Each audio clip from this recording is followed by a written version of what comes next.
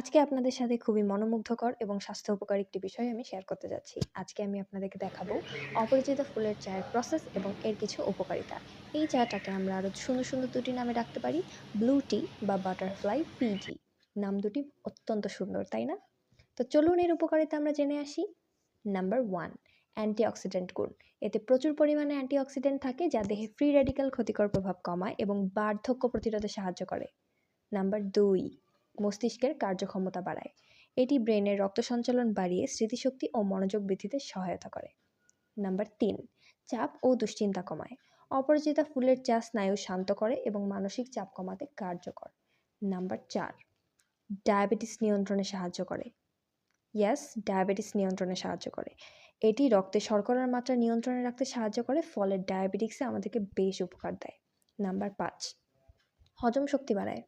হজমের সমস্যা যেমন গ্যাস, বদহজম ইত্যাদিতে এটি উপকারী। নাম্বার 6, ত্বকের সৌন্দর্য বৃদ্ধি করে।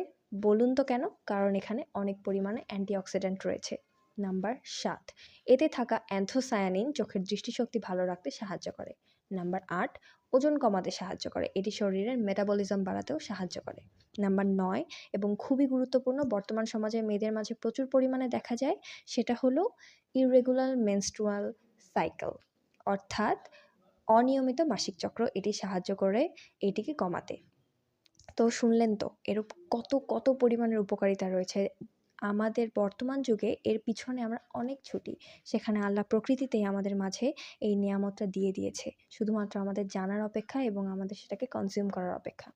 এখানে যে চমৎকার পরিমাণ কালার পরিবর্তনটা দেখানো হলো, এটা অবশ্যই মনোমুগ্ধকর। আপনারা যখন নিজের হাতে করবেন, নিজের চোখে দেখবেন, এটি অসাধারণ লাগবে। আমার কোনো প্ল্যান ছিল না এখানে লেবু দেওয়ার, বাট দেওয়ার পর দেখে আমি জানতাম কালার চেঞ্জ হবে, কিন্তু এত সুন্দর একটা কালার টোন আসবে আমি জানতাম না।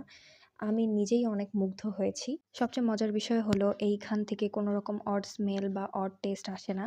এইজন্যই আমি পানিটাকে এত নরমাল রেখেছি, কোনো মসলা ইউজ করিনি। শুধুমাত্র এটা দেখার জন্যই যে টেস্টটা ঠিক থাকে কিনা এবং স্মেলটা।